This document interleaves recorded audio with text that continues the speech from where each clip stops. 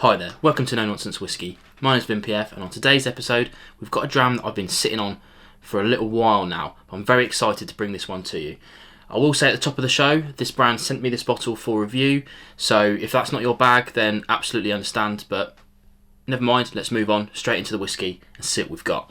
Now, it's been a minute since I've covered some Heroes and Heretics whiskey, about a year or so, and recently they sent me a surprise in the post. They didn't even tell me it was coming.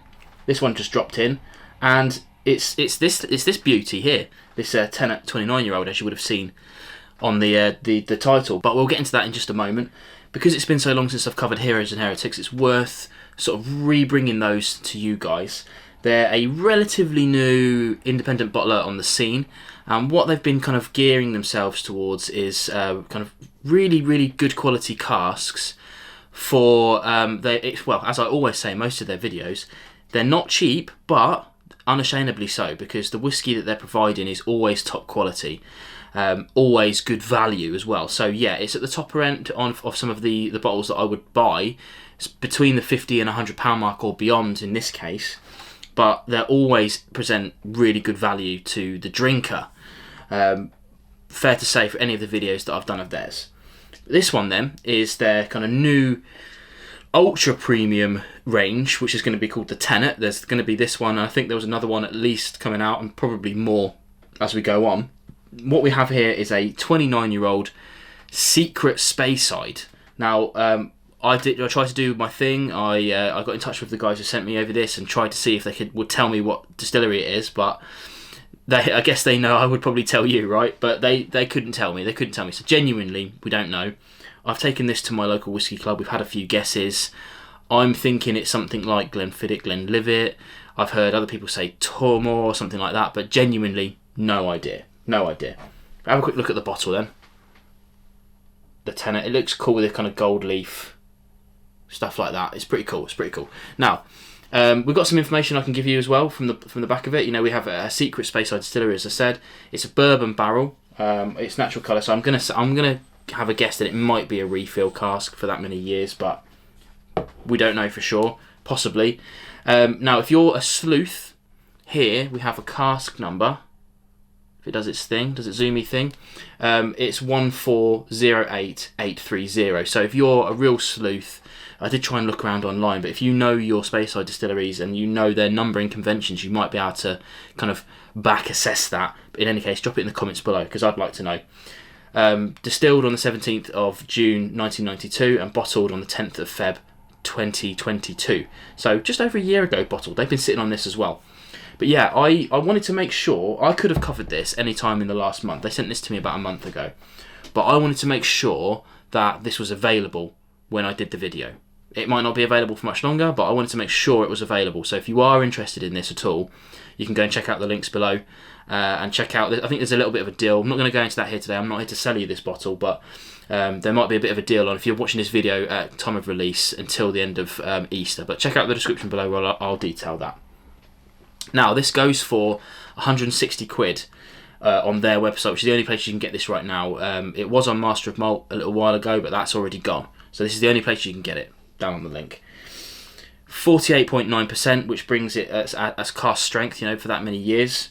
And probably you should just get straight into the tasting of it to see if this is any good, right? So I've got some in the glass. Now, this has been sat around for a while. When you've got whiskey of this age, not teaching you to suck eggs, but I like to leave it for as long as possible, because it really does deserve a little bit of time to expose itself to atmosphere and whatnot. But in any case, I reckon this is natural colour, so you know, this is it's a light kind of a beery colour, almost like a light beer, but it's not quite copper, not quite straw, somewhere in between. Decent.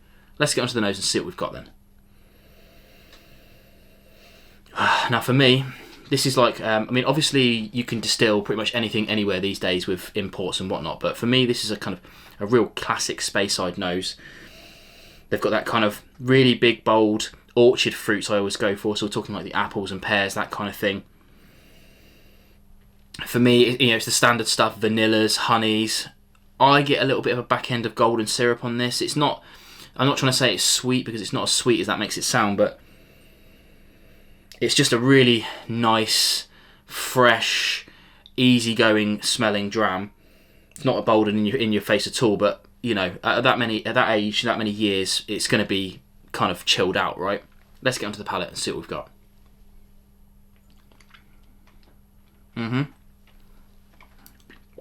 Okay, the palate's a slightly different beast. You've got all those notes that are coming through from the nose, you know, those orchard fruits, those vanillas, those honeys. But for me, pretty quickly the fruit gets overtaken by a really nice, like, apple sherbety flavour, kind of effervescence of fizziness. That then kind of meets this kind of white pepper spiciness, which kind of runs the game after that. The finish is kind of really long and peppery. The fruit does drop off a little bit, but it's replaced with really lovely kind of cask influence, some kind of oaks and some tannins and stuff like that. Really nice, really nice. It has a two-parter. You know, the nose is kind of soft and gentle. The palate is a little bit more lively than that, which I really enjoy. Really enjoy. I'll have another sip.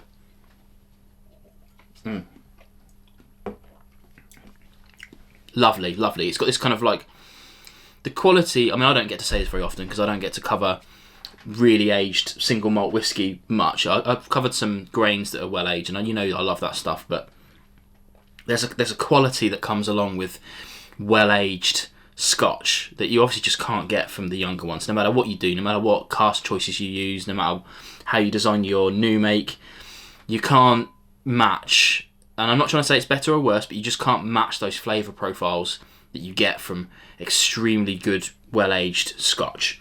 And this is that. Now, let's talk about price on the channel, of course. Now, it's 160 quid straight up. Using that deal that I talked about a bit earlier, you can get it down to 136 delivered, but only if only over the next couple of days, basically, and then it'll be gone. But in any case, check it out below if you're interested. Now, a lot of money. It's a lot of money, and I've only spent more than that on a whiskey once before. That was 185 quid that I bought. This was years ago now. It was a Glenmorangie private edition, whatever it was, Ilanta it was called, and it was like 19 years old. Beautiful whiskey, beautiful whiskey. Haven't spent that sort of money much since.